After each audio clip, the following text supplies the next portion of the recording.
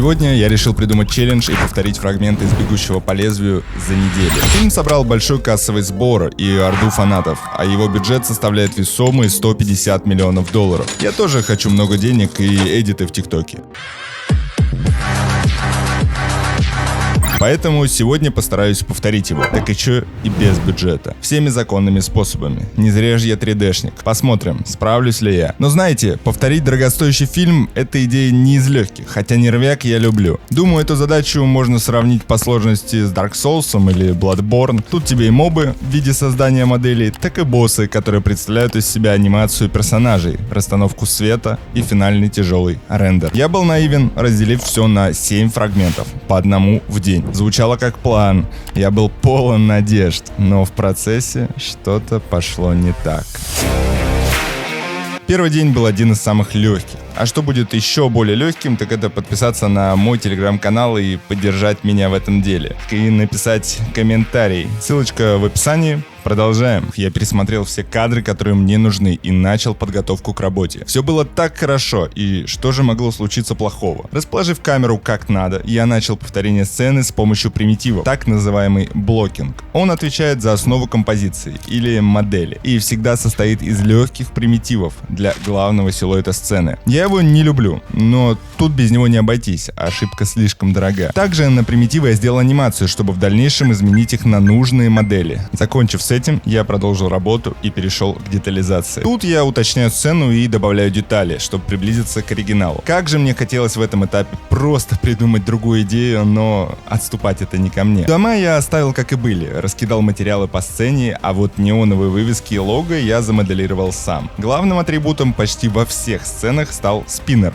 Нет, не этот, а вот этот. Так называлась машина, на которой наш Сигма передвигался по фильму. Ее я взял из открытых источников. Закончив с этим, я перехожу к свету и, так сказать, общему вайбу фильма. Тут-то и начался полный ад для меня. В фильме, как мы можем заметить, преобладает туманная и дымная атмосфера, и за счет этого складывается такой привычный мрачный вайб далекого будущего. В блендере он создается за счет так называемой волюметрики. Проще говоря, дымка или туман. Когда я только начинал, я часто работал с ней и создавал арты в Sci-Fi стиле, но вернувшись к нему вновь, я вспомнил, почему я его так не люблю. Ответ прост. Компы чаще всего не вывозят и очень не любят волюметрику. И мой фитилек с терпением сгорает в геометрической прогрессии. Да, можно сказать, есть способ сделать его с помощью Mist. Стоп, а это что такое? Mist — это еще одно изображение, которое загружается вместе с рендером. На умном языке PAS. Он включает в себя данные о изображении, разбивая его на цвета, отражения, тени, и как раз один из пасов — это Mist, позволяющий добавить дымку в сцену, но с ним свои особенности.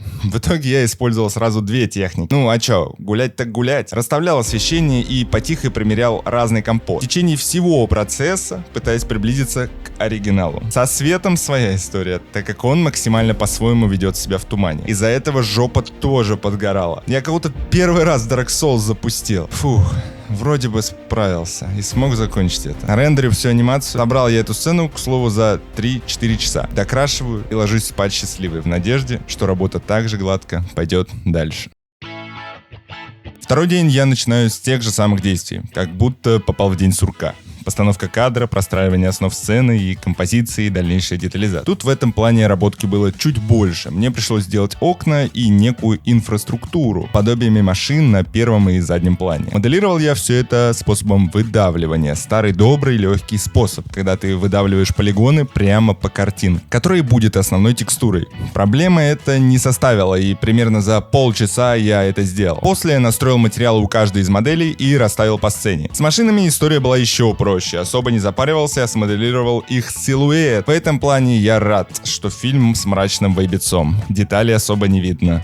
В этом фрагменте у нас присутствует уже персонажная анимация. Собираем все круги ада, короче. Так как у меня всего неделя, я использовал модель с открытых источников и заанимировал ее с помощью Mixamo. Это у нас замечательный сайт с огромной библиотекой анимаций, где также в несколько кликов можно сделать персонажу рикости для анимации. Закидываем его в сцену, также на место заанимированных примитивов. Вставляем сделанные автобусы. Ну а тут я вообще разленился и сделал чисто кусок, похожий на задник машины. Ну да, неплохо выходит. Двигаемся дальше. Все идет по плану. Свет и туман. Снова они меня настигли в этой сцене. Но я не ожидал, что все так поедет. В течение работы проблемы из сцены в сцену были одни и те же, пока к ним не добавилось новое. Это вылет. Не знаю почему, но мой комп реагирует на туманы только так. Шрифта добавил, а дальше он своей жизнью живет. И вот раз на 20-й, когда на часах уже было 4 утра, глаза замылились, а извилины вылезли даже на ступнях. Я думал, лучше бы я играл сейчас в Souls, чем это, и ушел спать.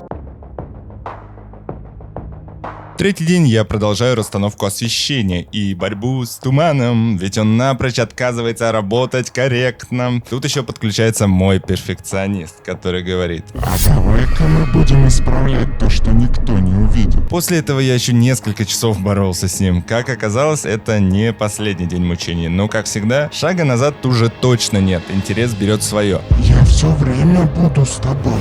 Ой, да иди ты, ну. Справившись с этой задачей, я отправляю все на рендер, переношу в автор и начинаю красить, максимально подбивая мой фрагмент под оригинал. Уж не думал, что он займет у меня 2 дня. Четвертый день начался с сомнений. А успею ли я вообще сделать это? Ведь впереди еще 5 кусков. Отбросив лишние мысли, я начал работу над 3-м фрагментом, во время которого случилось то, чего я не ожидал. Опять блокинг, но тут уже в разы больше деталей. Поэтому я собираю различные паки с домами, а какие-то достаю из своих старых проектов и расставляю по сцене. А давай сделаем за этой сценой еще одну сцену. Мы же знаем, что нам это надо.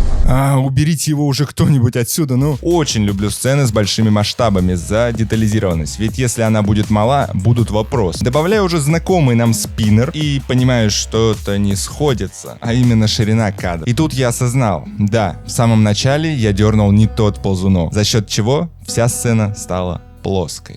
А именно фокусное расстояние. Ведь в фильме оно составляло плюс-минус стандартное значение между 27 и 50 миллиметрами, а чаще всего 32. Но также использовались широкоугольные объективы 16 и 14 миллиметров. И за счет этого пространство становилось более внушительных размеров, добавляя им атмосферу. В итоге переделываю этот момент, затем я пробежался по всей сцене и раскинул материалы. И что вы думаете? Правильно, весь главный прикол начался на расстановке освещения и тумане. А я тебе говорил, надо было сцену. Надо было город еще один. Я просто не буду на него реагировать, все. Где-то не хватало света, где-то был перебор, и нехитрыми манипуляциями я продолжил работу. До одного момента. Выключение электричества. О да. После этого файл решил, что больше он не откроется. Единственный способ был вернуться к моменту с некорректной камерой.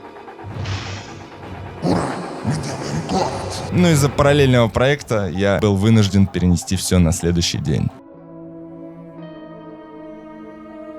Продолжаю создание 3-го фрагмента. Чтобы не заставить вас скучать, опущу все моменты, про которые уже говорил, и перейдем к рендеру. Он занял у меня 2 часа, за которые я не успел ни сделать параллельный проект, ни продолжить работу над кусками. Увы, кроме этого челленджа есть еще дела. Поэтому отрендерив все, я быстро крашу его, тем самым за 5 дней завершив целых 3 фрагмента.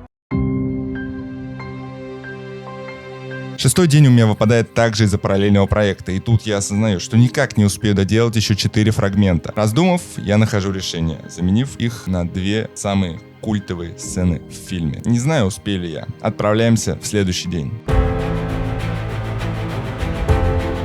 Момент истины. Крайний день челленджа. Набравшись силы и уверенности, начинаю работу. Все так же. Постановка кадра, блокинг и детализация. Смоделил площадку, где расположен наш Sigma. Тут камера почти статична, что играет мне на руку, как и персонаж. Нахожу на открытом источнике трудягу и вставляю в сцену. Наступает момент, за который я люблю всю работу, каждый проект, каждую идею и то, что вылазит под конец. Я совсем не подумал, как буду делать проекцию. И нужно выходить из ситуации. Давай все переделаем. Мы же знаем, что нам не нравится. Ведь так быстро сделать модель девушки, волосы и остальные атрибуты я не смогу. А даже если смогу, то все это не успеет загрузиться и зарендериться. Выход из ситуации заставил подумать, а решение было на поверхности. То есть мы все переделываем? Нет.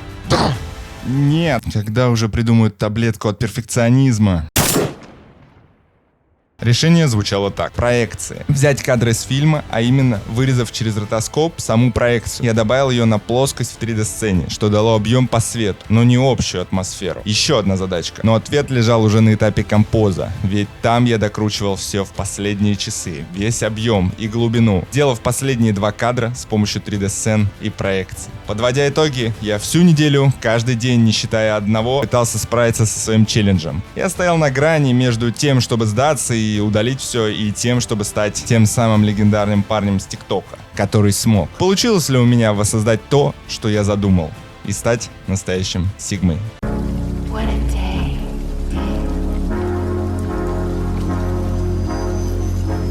You look lonely.